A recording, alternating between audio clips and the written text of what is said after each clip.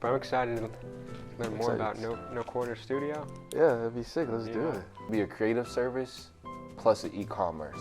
The creative, cool combination. yeah, you know, and I didn't think of it that way until I seen people in New York.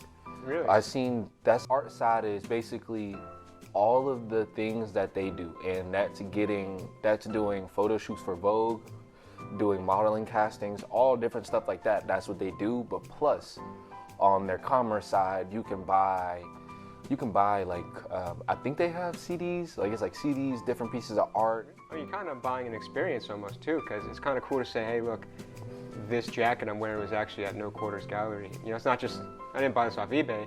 I bought this from an art gallery. Right. You know, so it actually has like provenance behind it. Make art from the clothes that I do. I mean, considering that I used to paint, I still want to have that in perspective of taking a canvas or taking a person out of a blank slate and being able to throw whatever I want on them, basically. Wow. Because of how I feel. I have ideas of doing like building couches out of like, I think the way that the world kind of should go, especially if it comes to this recycle sustainable thing, and especially how we moved within fast fashion and there being tons and tons of wasted clothes, why couldn't we make sofas out of clothes? Whoa.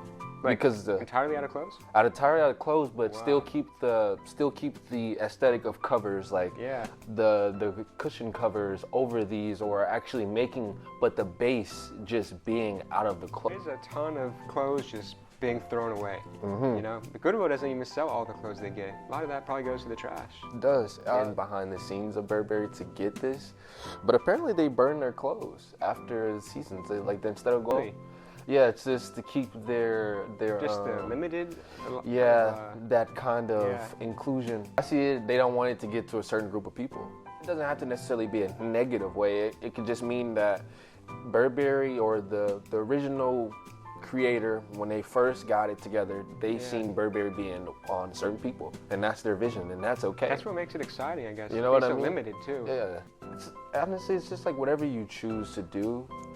When it comes down to being a brand, if you don't, if you see a vision for your brand, that's what you go for. So I can't be upset if they Everyone's creating a different experience, you know? Like we're creating experiences for our customers. Exactly. You know? And if I now that I know that, I'm looking at Burberry like, oh wow, maybe I should go back and see if I can. What can I find from if that rumor is a thing, you know? Or if that's true, then it's like, okay, I'm gonna go back and start collecting those, because it's like, it's kind of more something. I can definitely see that going up in value. You know what I mean?